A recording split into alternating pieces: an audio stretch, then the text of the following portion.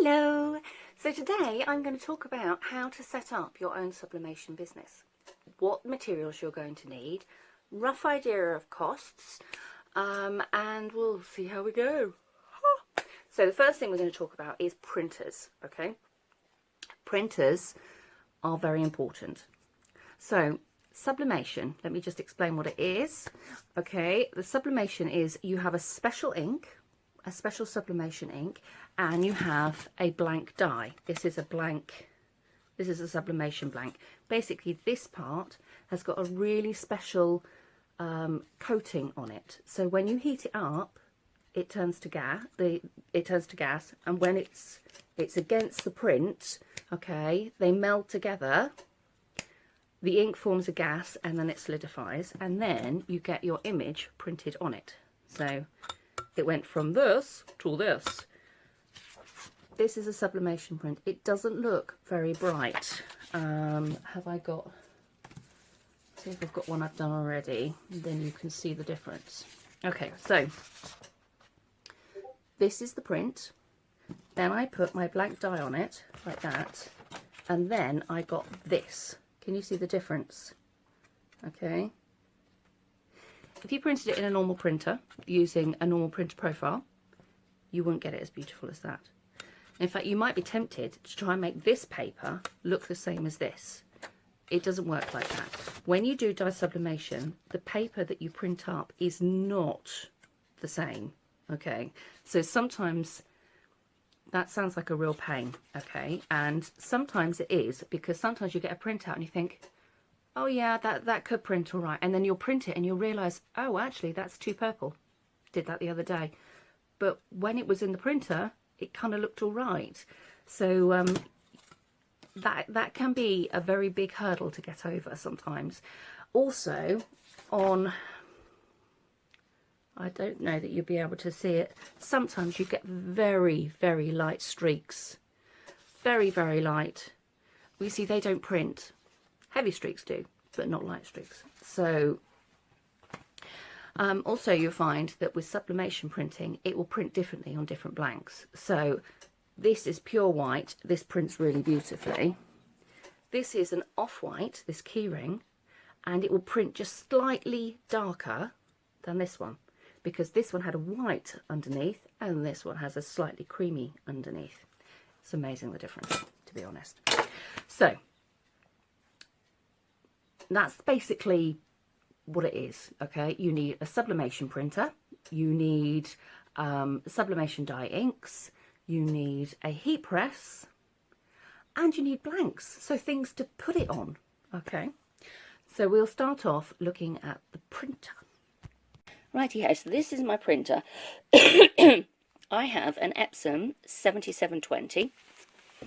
The reason I chose this is because this was actually my normal printer, and I decided to turn it into my sublimation printer because I wanted A3 sheets. I really recommend, oh, hello, I really recommend that you think long term about what you want to print. Because it will affect what printer you get. There's no point spending hundreds of pounds on an A4 printer for sublimation, which is what I did to start with, if you want to go into A3. Now A3 printers are a lot harder to get hold of, so it's worth checking them out. And what I will do is I will aim to put some links below of all the printer information that I'll tell you. So I got this printer on Amazon. I don't really have a problem with Epson. I work my way through them quite quickly, I suppose, but they aren't too expensive. But before I chose this printer, what I did was I went to my ink supplier to find out if I could get a continuous ink system for this. Now, you could use an eco tank if you wanted to, but what I did was I bought a continuous ink system, which I fitted myself. And the Epson ones are quite easy to fit. The Canon ones are a bit of a pain. But basically you get given this blank, and I actually have one I can show you. You get given a blank set of cartridges that are all joined together like this. All right, and there's battery, and then this is the reset button, so you don't have to keep taking them in and out. and then they are attached to the reservoirs, which are in here. And then you fill these up with ink, and then the ink basically travels along the line and it keeps it filled up. So here is my reservoir. These are my sublimation dye inks. You can't get authentic inks for Epson that will work. They have to be dye sublimation. So this particular kit I think cost £40. The inks, it might have been about 50, but they will do, I would say that lot will probably last me 6 months. It isn't too bad really. When you spread it over the amount of things that I'm doing, so there's rubbish everywhere, it doesn't actually take that long. It is a faff to fill, to set up, but there are full instructions online, and I use a company called City Ink Express, and they have YouTube videos to show you everything. They're the ones that I have used for a long time, and this system is called a continuous ink system. Now you could get an eco tank, which is like the printer but with like a section on the side which you fill up, which is fine, but you are paying £300 or £400 extra for that, for the refillable section, whereas this is so cheap in comparison. Really, it only costs, you know, I mean, to do all of the extra mods for this, probably £70 to £100 depending on the model, and I'm set up for months. Whereas with the eco tank you pay a lot more to start with, but then the inks are quite cheap after that. So it's sort of swings and roundabouts really. I was very tempted to get an eco tank until I saw the price. I thought, no, I'm just going to have to, you know, I'm just going to work with this because it is cheaper and easier to use. So you get all the different fixings that you need. There's a little metal fixing there. You get everything you need in the kit. They even provide you with the syringes that you need to fill the tanks up. I always get a screwdriver, although I can't say I've ever used it. But you get syringes, you get these special long needles, okay, and you get full guide. Oh, and you get a stand to put it on as well, and you get a full guide online. They are super good for things like that. So that's those. So this is my sublimation printer. Now, it's quite hard to get the 7720 now. They've suddenly become quite expensive. I have just upgraded my, well, I don't know if it's an upgrade, but I've just bought a new printer for my normal printing, and that would do A3 as well, and it uses the same cartridge system as this one, so it might be easier to go to. It's this one, it's the 7210 I think it is, and it was only a couple of £100 delivered next day, so it's a lot cheaper than getting a proper sublimation printer, which can be, you know, hundreds and hundreds of pounds. The only thing I find with this one, I think because it's quite old, is that the A3 paper doesn't load very well from the bottom, so I swap them around. But other than that, it's been a great little workhorse actually, and I've done well with it. In the past I had a W2210, which was like a rear feeding tiny little machine, and I always got black blurring on the corners and excess ink. It was just awful. This one prints really well, and I barely ever get any sort of spray from the ink, so it's a really good one, this one. Once you're all set up with your printer, you need to have the right software to use. Now I use Affinity Designer because this is one recommended by the company where I get my inks from, because they give you something called an IPP, which is a print profile specific to the program you're using. If I didn't have the print profile, what happens is it prints the wrong colours. So this one, I forgot to set my print profile and the colours are way off. Whereas on my neck scarf, they are a little bit truer. Can you see this lobster has gone pink, whereas it should have been brown?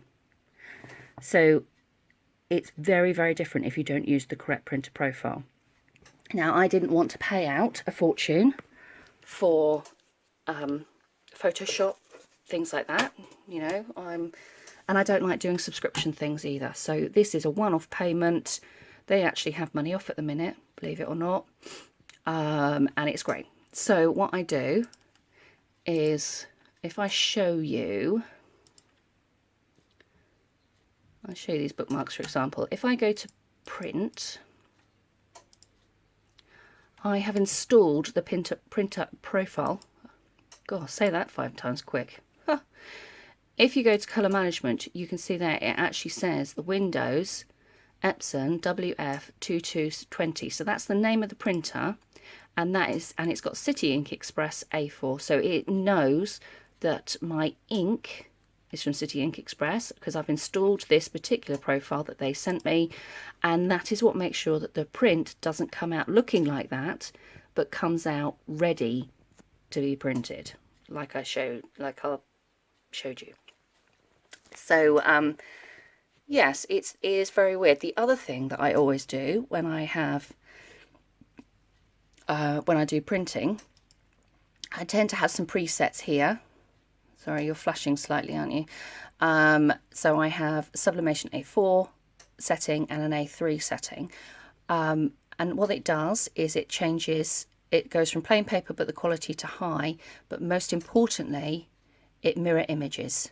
So just in case I forget, it always mirror images, because you need to mirror image all your images if you're sublimation printing, unless you are printing on sort of glass blanks where you look at the image in reverse. So, you know, I will explain that later if I remember. The other thing that I've changed is the rendering intent, color, relative color metric, and the color handling to be performed by the app. So they're the only other things that I set and I changed. So when this prints, it will print in reverse, and it will print really lightly, like you can see on these. This is one called Sea Scene. Oh, but it's really light, as you can see. This one is one I printed of the one that's on the image. The colour on my screen is slightly off. It actually doesn't look at all that green on in real life, oddly enough. Anyway, you can see it does print slightly differently, but like I said, the colour on the brightness on my screen is off at the minute.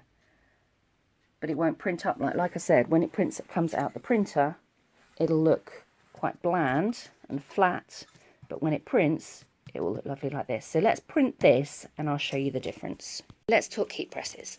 I have 2 heat presses. This is a 50 centimetre by 50 centimetre one, and this is pretty much A4.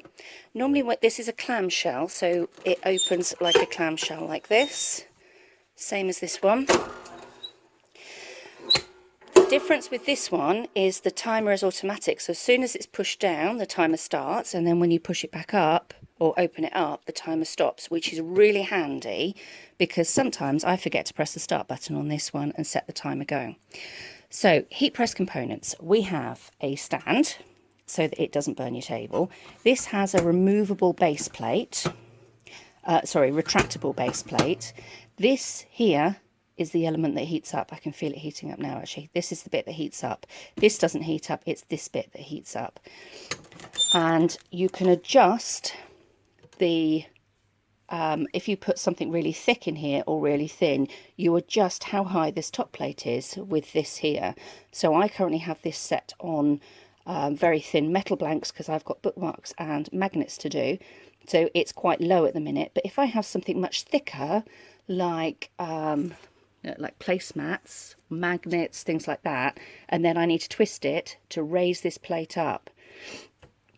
Now on some, you can also remove these bolts here and add different attachments, but it's not normally on the clamshell ones. I will try and find my other press later on and show you what I mean. So these presses, they come with a guide at the top. You set the temperature at the top, the time that you want, and then when you put it in, you press start, and then when it goes beep beep beep beep beep at the end, you press start again and it stops. And you scroll through the numbers this way. So you press set and you can change the temperature, set again, you can change the time, set again, and it's all ready to go. So I'm waiting for this to get to 180 at the minute, so I'm not quite ready yet, so I can keep going. Now this is the same sort of thing. You press set to do all the different settings for time. The only thing is this has 4 settings that you can scroll through. I don't alter the last 2. One is, you know, whether or not you're doing centigrade or Fahrenheit, and then the last one I'm not even entirely sure what it is. But the first 2 are time and heat, just like this one. To adjust the height on this one, we've got the knob here. This one is actually on the plate. This one is here because it's got this sort of big cantilever type thing. And the handle is here at this end. Right, if you are going for a heat press, you're wanting to start out and you're wanting a cheap heat press, I would go with this. Maybe bigger, get the biggest one you can afford, but do not go this big. Okay, there are reasons. If you're planning on doing just A4 things, small things like magnets, bookmarks, placemats, things that you can do on an A4 printer, this size is lovely. I would have liked this one to be just slightly bigger, so I could have put A3 on it. But the bigger you go, the less even pressure there is on this top plate. So on this one, I can't do something that is this small. Apart from the fact that this whole plate warms up and it's blooming expensive, just to do it for one thing would be a complete waste of time. It takes a long time to heat up and it's a bigger surface area. I find that the pressure on this is nowhere near as good as the pressure on this. So when I do tote bags on here, I actually use an extra foam bit. This is from my old heat press, so you can see what size it was. This is the original size that I had, and I use this for doing my tote bag. So I put my tote bag on that, and then the pressure is enough to press this area really well. If I didn't have it, I end up with white streaks across it. It's just a nightmare. So this has limited, I mean, it's very helpful for doing totes and things like that, but it has its limitations. And I've had to modify it by adding this extra thing. The thing you'll notice with this big one actually is it only came with the foam, the high density rubber even. This one and most little ones come with the foam as well, and I think that does make a huge difference actually. So it's worth bearing that in mind when you're looking for a heat press. So I do recommend the clams. If you're starting out, I really wouldn't go for one this big unless your idea is to do tea towels all the time or totes all the time. I actually just used to do totes on this and it was fine. You just bear in mind, you're only printing in A4. This is perfect. It all depends on whether you get an A4 or an A3 printer. So that's the first thing you need to consider. Secondly, you need to make sure that the base plate is big enough for whatever size that you're printing on. So, you know, I predominantly do a lot of A4 printing. So for smaller objects, so this is perfect for me. The pressure is much better. It's really well adapted and it heats up quickly because it's quite a small plate. You see it's actually heated up to the right temperature now.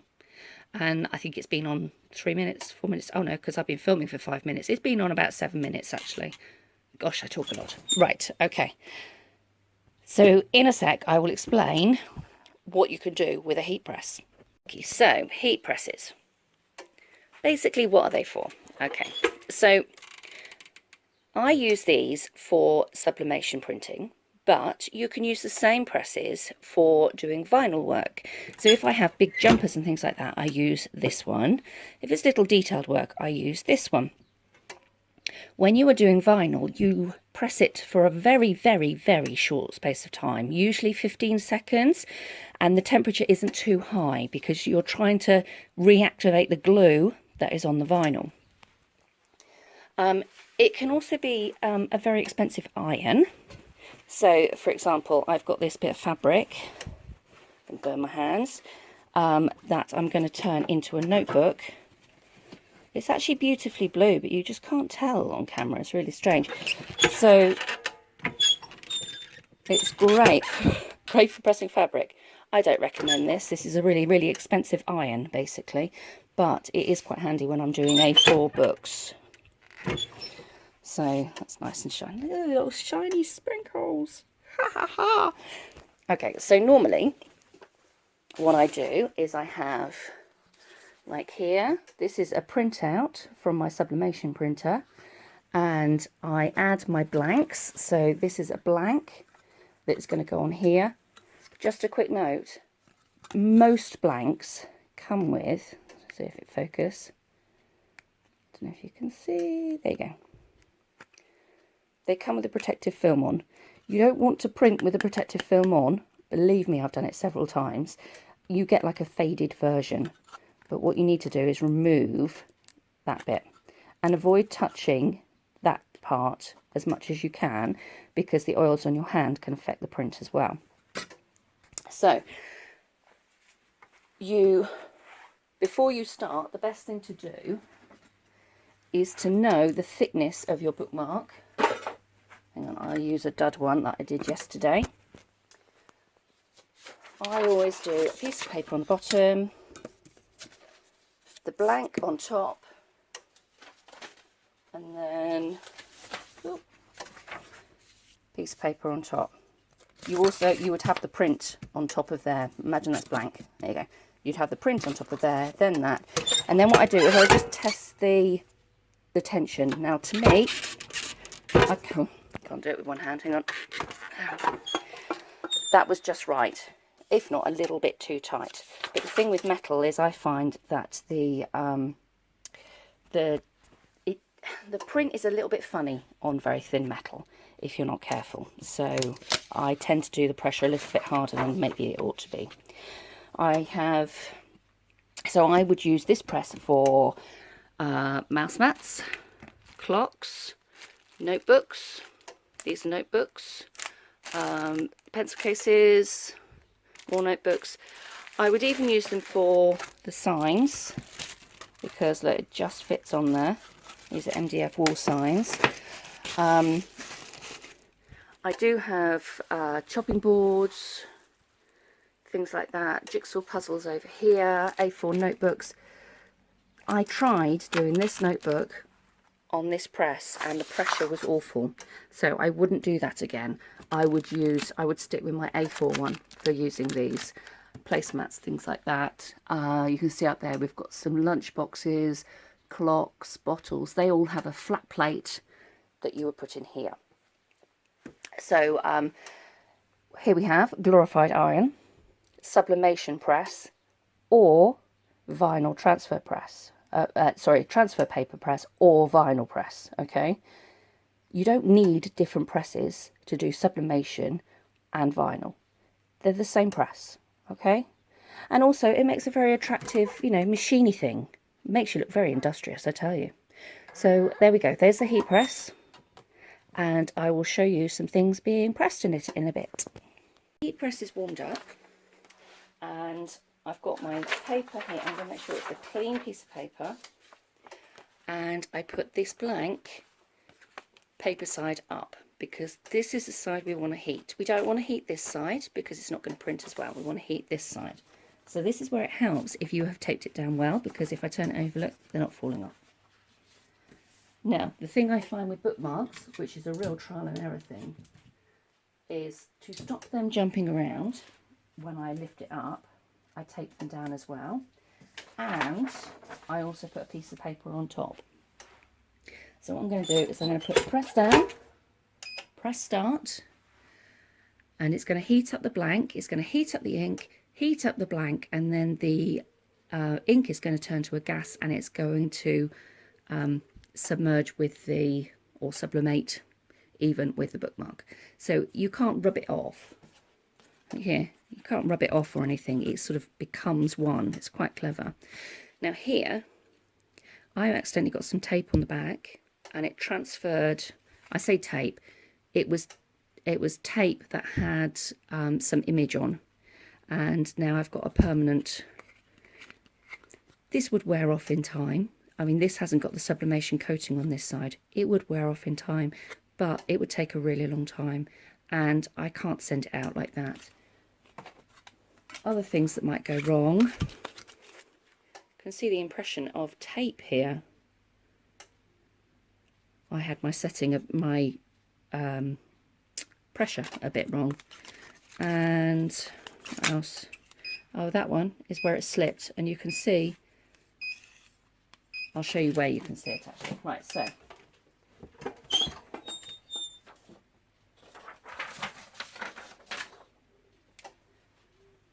there it is on there. Like I said, I've not taken it off yet. Sorry, I taped it down to keep it in place. Normally what happens when I take the lid off, the bookmarks ping all over the place. So I'm going to turn it over. And very carefully, this is what was left around the picture. So this is where the bookmarks were, and then this was around the edge. If I didn't put paper underneath, this image would be printed on here. So always put some paper underneath. This is just plain paper. It's actually 100 GSM because it's the only one I could reach at the time. But even the thinner papers are fine. I do suggest maybe double layering sometimes, especially if it's a very dark print, or you're going to print the same thing again and again and again, because it will eventually start coming through and start to mark your rubber, which you don't really want to do. So be very mindful of the excess ink from your image when you're doing a press.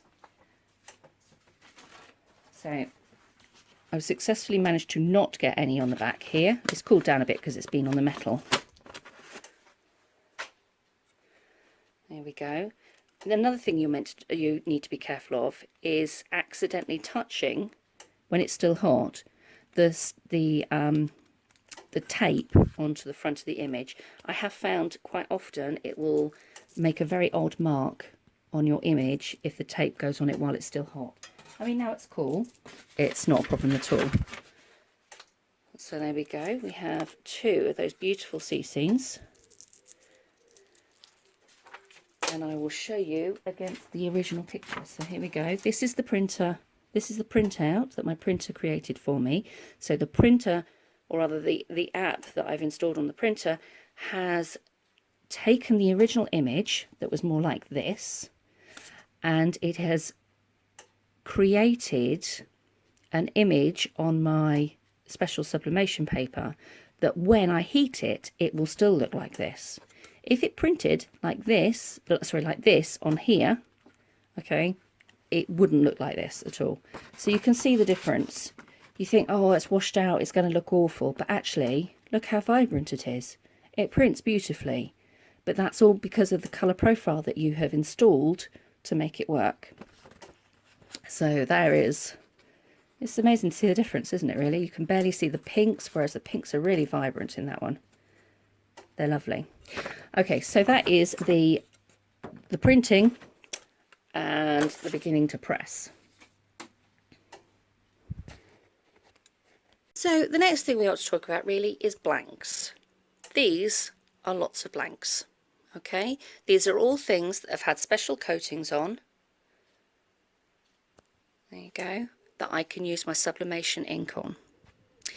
And I have a black board up there, which is just a cheap one I got from IKEA. And all the things that I do mostly, so I can remember the heating times, I've written on there, like drawstring bags. They're 185 for 70 seconds. That's the top one. You won't be able to see that, I don't think. Oh, there you go. Look at that. So the ones that I use frequently, I tend to put there. And then the metals that I get, so the 5 and 7 there means 5 and 0.5, 0.7 millimeters for the bookmarks, and a lot of the metal blanks that I have, and then that's the temperature. Now, to find out the temperatures, normally I go to the sites that I use, the suppliers that I use, and they say on their products what temperature to do things. So if you are going to do flat items, you want this press. If you want to do glasses and mugs and things, you want this press. The difference being is that this will do round objects and this one will do flat objects. So here I've currently got it set up to do 11-ounce mugs and 10-ounce mugs because I was doing tankards the other day and they were slightly narrower. So this is a double whammy one. Sorry, you're attached to the power lead. It works in the same way. You set the timings here. It is a bit of a faff to change these moulds around. I also have one for some latte mugs, which I haven't even tried yet, which I really must try because I want to launch them soon. And you just have to fiddle around with the wiring really and change things. These are the heating elements that you can change. So if you want to change this bit, you have to unthread this as well. So it does work quite nicely. And the mugs are nice when they come out. So I have a variety of mugs. I've got, these ones are white with little love handles. And I've got travel mugs, plastic mugs, white mugs. These are white mugs with a blue rim and blue handle. These are red mugs with a red rim and red handle. These are white with a, no, I think they're plain white, those ones. And the ones up here are white with a black rim and handle. All very popular makes with, all very popular cups. Now I also have latte size ones. You're not going to be able to see it very well, I don't think, here. Hang on a minute. This isn't a mug, this is actually a flower pot. Which, as you can see, I haven't tried yet. But can you see its edges are sloped, like latte mugs are? This needs its own different element to heat it up, because if I show you in here, I mean, that's not, I mean, it can go in, but look, the heat, this bit heats up, you see. That's not going to touch that at all, so it's not going to do any good. So you need a latte mug heat press for that, which I have in this box here, I think. And in here, I have some champagne glasses, believe it or not. So I've got lots of things I want to try, but not tried yet. When you do plastic cups and mugs, you need to use one of these moulds. I adapted this one to make it a bit bigger because it's actually a bit small. I bought the wrong one, but this one is ideal. And when you put the mug in the press, you actually put this inside the mug, and what it does is it helps keep its shape, because otherwise the heat, it doesn't melt the mug, because otherwise, you know, what is the point of that? But what it does is it softens it. So when you take it out, it quite often goes a slightly different shape. It's like usually more oval, actually. So this helps keep its form. So that's really useful. Now these mug presses, they're not too bad. I think this was a couple of £100 again, but I have used it a lot. And you can do two different, you can either have both, they come with 11-ounce moulds in, and new moulds cost anything from £40 to £60, depends where you get them from. I mean, they could be even more than that, but I tend to not get anything too outrageously expensive, because not because I'm cheap, but I want to save money, but there's also the false economy point of view. So originally I had a press that did these, and then you could take hang on a minute, where's the, see that heat element there, that plug? You could unplug that and plug in a single heat press for a mug.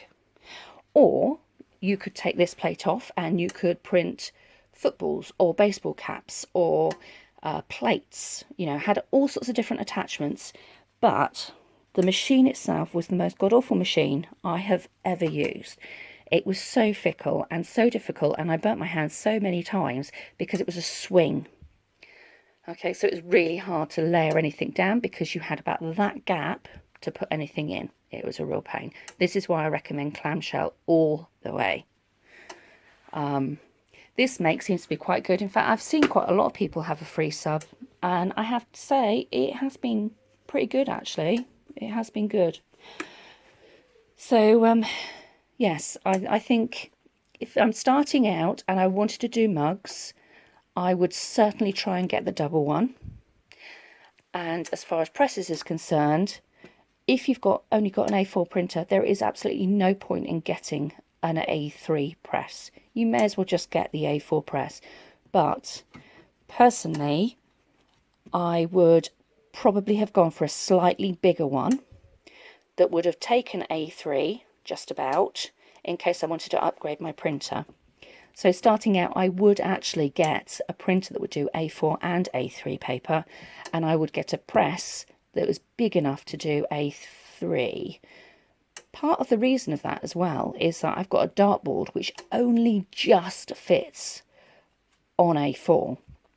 But I would have liked to have done the bigger size, which is on A3 paper. It's not much bigger, and I could print it on here, but I would need the A3 printer to print on. Same with these placemats, these really big placemats, and the really big rectangular placemats as well. They're just a little bit snug on there. Okay, so buying blanks. You can't just buy any old mug to put in a mug press, okay? It has to be a sublimation mug. Now, Cricket have done this thing where you can cut out sheets and put them on their special sublimation bases and stuff like that. I don't know if those are standard sublimation bases or whether they are they have a different coating on to react to the material that they are selling. They are astronomically expensive though, so I don't recommend them. But with sublimation blanks, they aren't too bad, but there are quality issues. So when I started out, I went through eBay and I got a load of blanks through eBay. I actually still have a couple of mugs left that I bought originally. I just didn't like the quality at all. Sometimes you can get real gems, okay? And sometimes you pay through the nose without realising because you haven't done your market research and looked to see where else you can get things from. Now, the UK is slowly getting more and more sublimation blank companies. When I started, there were, I think I had 3 to choose from, okay, that were any good. So I use a company called Sublimation, Longfort, Dye Sublimation, Novachrome, Sublicity, I think it is. There are quite a few that I use, but I don't use one for all. They are all vary on their quality and their customer service isn't quite the right, well, I suppose it's customer service in a way.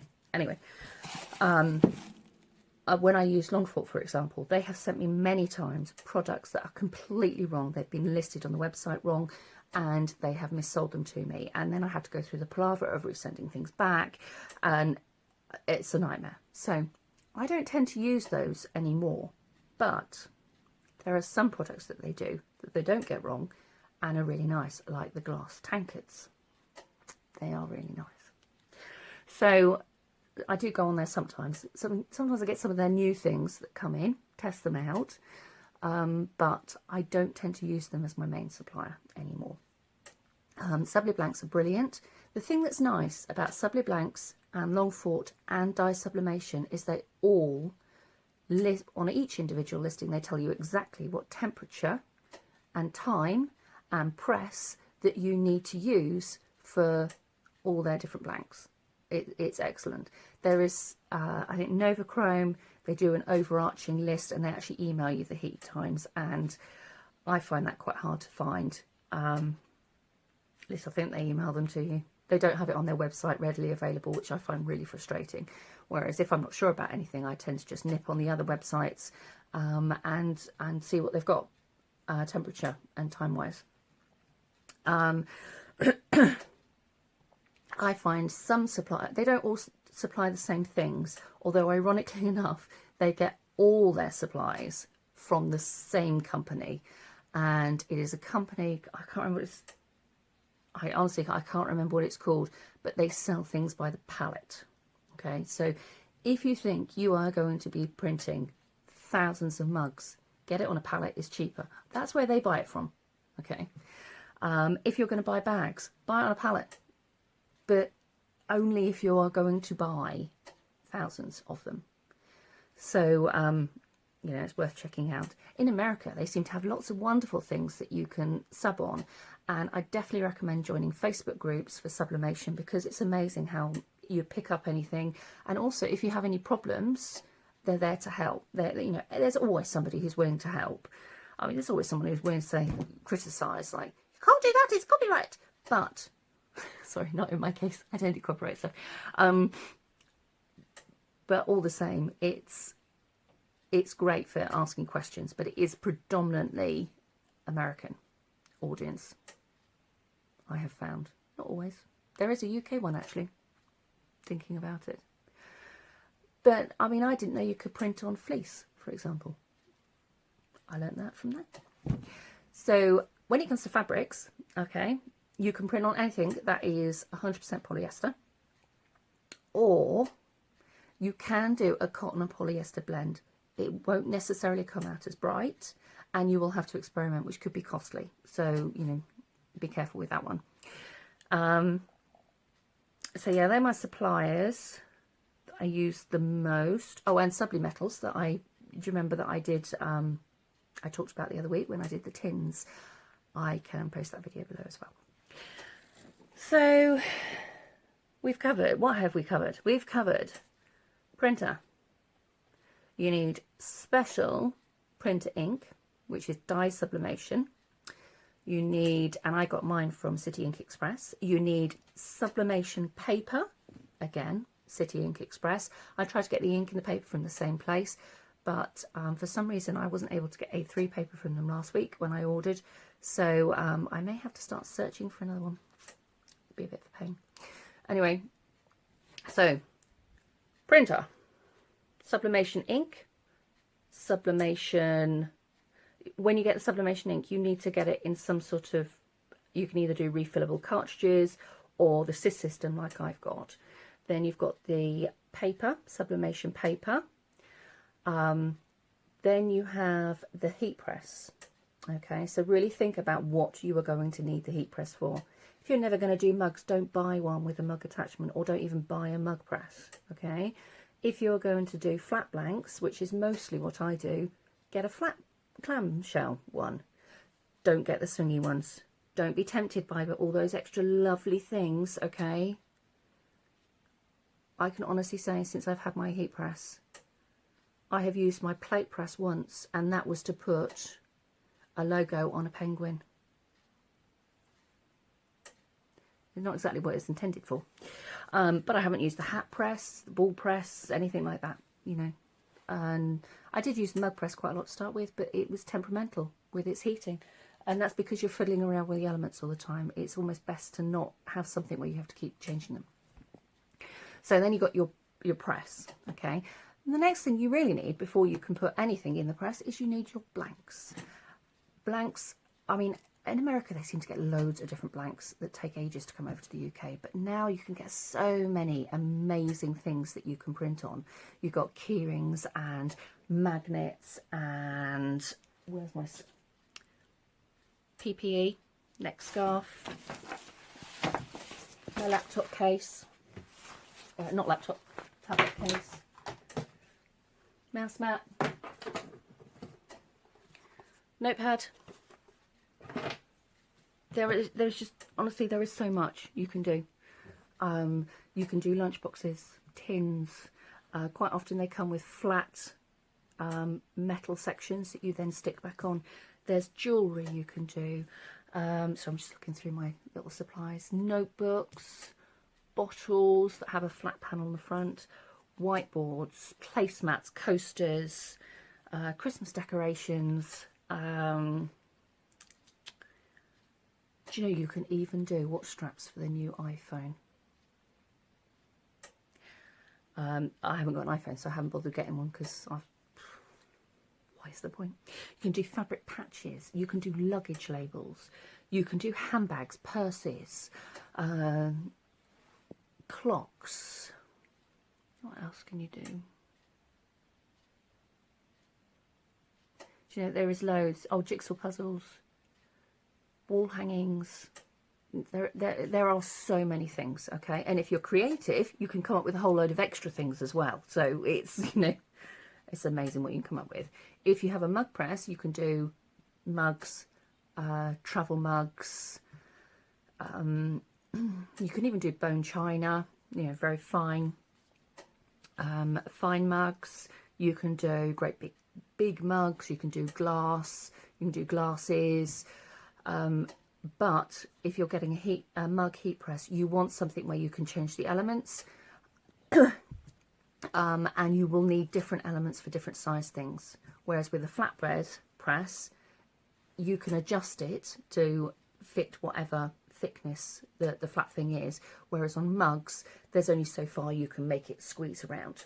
Okay, so, you know, you do need a 10-ounce one for a 10-ounce mug, and you do need an 11-ounce one for an 11-ounce mug. And if you've got an even bigger one for the other sizes, it can work out quite expensive. It is very tempting to buy a mug press with other mug adapters on. I didn't do that when I first started, and I think that would have actually been quite helpful. But you need to be careful about things you are plugging in and plugging out all the time and twisting with the electrics. Also, they're quite a fag to put in and out. So I think that about covers it on the what you need front. So how do I sell sublimation blanks, or how do I sell products that I've sublimated? Now, I quite often sell a lot of my blanks with other people's art on. So for example, this is from the very, very talented Janarelli Arts and Crafts. She's done some beautiful art, and she was one of my first artist commissions, and I print her art on all sorts of things. She has tins, she's had tote bags, cushion covers. We even tried an apron once, but that did not work very well because it was a cream apron. Oh, big note, top tip, okay. If you are printing on something that isn't white, it will change the image very slightly. Okay, so if it's cream, I touched on this earlier, it will be a little bit darker. But if the blank is actually a pink, say you're doing it on a polyester t-shirt that's pink, the pink will come through. If it's green, it will come through. Okay, you want to be printing on white or as light as possible. And if it isn't exactly white, you need to bear in mind that the colour will be slightly different. Okay, lecture over. Okay, so what I did was I started off printing just a few bits and bobs on my own art on products, and then started getting friends who were artists interested in testing some things out. So we did that, and then they decided to develop their brand and do more. And so I print coasters and mugs for them and things like that. And it sort of expanded. I mean, I love printing other people's artwork, but there is quite a high pressure, especially if you suffer from anxiety, of getting it right. And there's quite a few times that the pressure on the printer, on the press hasn't been right, or the printer hasn't printed properly, or I've accidentally moved it and I've got that mark on the back, and I end up with loads of that don't work. Even now, I mean, I've been doing this for 2 years of sublimation printing, I think. I still make mistakes. It doesn't happen as much as it did to start with, but I do still make them, and it is super frustrating. And sometimes there is absolutely no rhyme nor reason for why it does it. I mean, my printer is getting on its last legs now. It's been very busy, that printer. It's I have to do a head clean every day, sometimes 2. For some reason my yellow isn't tracking through properly, so I either need to take it apart again and prime the cartridge, which is probably going to be the cheapest thing to do, really. So sometimes my printer's being a bit funny. Sometimes it's really, really hot and it affects the pressure, or it affects the print. Sometimes I'll print things like coasters, actually. Coasters, placemats. I find if I do a lot of MDF, it's amazing how much moisture is in it, and you find that there is a bit of moisture on the press, so you have to leave the press for a little bit longer to dry off before you put the next load in. These are all things you will learn as you're going along, and it can be the most frustrating experience. You know, if you haven't quite taped something down properly, or if you put it in and then moved it and then put the press down again, you'll have ghosting because it's moved. It is such a learning curve, and it is amazing the tiniest things that can affect it. You know, the weather, the print, the pressure on the press. Is it the same as the pressure that I did yesterday, for example? It all completely varies. And if the blank is dusty, dust will sublimate onto it too. So you'll end up with blue streaks and things. So there is a lot you'll learn. And that is something that the groups really help with. And of course, I'm always here, so you're welcome to message me, and I can not know with you. So, right, well, I think I've waffled on enough. I will just say some things about sublimation is they don't rub off, they don't tend to wear off. They probably will fade in the sun eventually. I don't recommend sunbathing with them, maybe. Also, another thing that they have, I say they, I mean out there in the universe, I don't think that it is food grade safe to use on plates. Because I think because you were scratching, you know, using knives and forks. I know people do it right up to the edge on mugs. I think that is all right because you are not sort of sucking it or anything. Well, you don't suck plates. But I think if you were doing plates, you just need to check your safety standards on those. And also, I always recommend that you hand wash rather than dishwash. I don't actually do that. I mostly dishwash my things. But I recommend hand washing because it just keeps them nicer for longer. Dishwashing, it just, I mean, even if you go buy a mug from a shop, it degrades it. The colour quality degrades. So I always recommend hand washing mugs. This has actually been washed several times. Wash is fine. You know, fabrics and that, they wash absolutely fine. If you are printing on polyester, just be careful when you're ironing. I've printed on polyester fabric before now and melted it before now. That was a pain. So you've got to get the heat right. Make sure you follow your iron's instructions on that one. So I hope this has been helpful. If you would like to know any more, I can do how to start a sublimation business part 2. But keep me posted. Thank you very much for watching, and I hope this was some help for you, and I'll put all the links below. Don't forget to subscribe, because I like hearing all those little, you know, little bells where people are subscribed. It's kind of exciting. Makes my day. Feel free to say hi. Maybe do a little emoji of something that I sublimate. In fact, if you're really clever, you could do pictures of all the things I sublimate, if you can find the emojis. That would be funny. Right, okay. I'm going to go because actually I have a lot of printing to do today. So I hope you enjoy, and I'll catch you soon. Bye. So something else you are going to need when you are doing sublimation printing, apart from the blanks and the printer and the correct paper, forgot to mention that, this paper I get from City Ink Express as well. It is sublimation printed. You can't use normal copy paper. You need to use a proper sublimation printer paper. You can get a variety. You can get a variety of thicknesses. I find the really thick ones print differently to the really thin ones. I've been using the Eco stuff for ages, and it's great. But I find I have to be mindful when I'm using the thicker paper that the times need to vary slightly.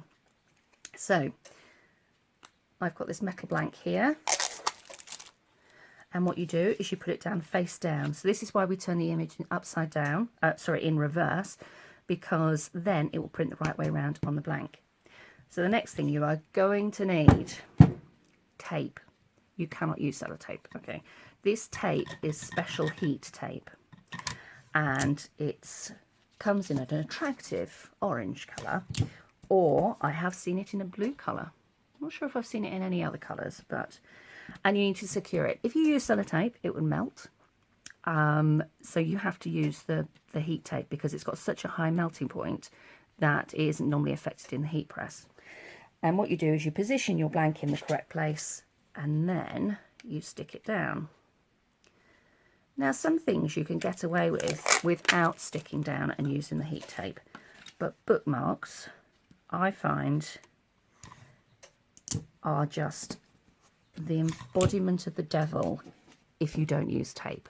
They fall, and so I always use excessive amounts of tape when I'm doing these, because if the back touches any of the ink at all, it just stains it automatically, and it's an absolute nightmare. So the next thing on your list as a must buy is tape. I got this cheap from Argos. I had normal sellotape in it to start with, and look, my kids wrecked it, so I had to. It's actually got a piece of kebab stick in there and lots of glue trying to fix it, but it seems to work all right. So, and it's a nice colour.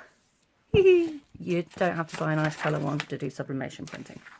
So now I'm going to take this over there to the heat press.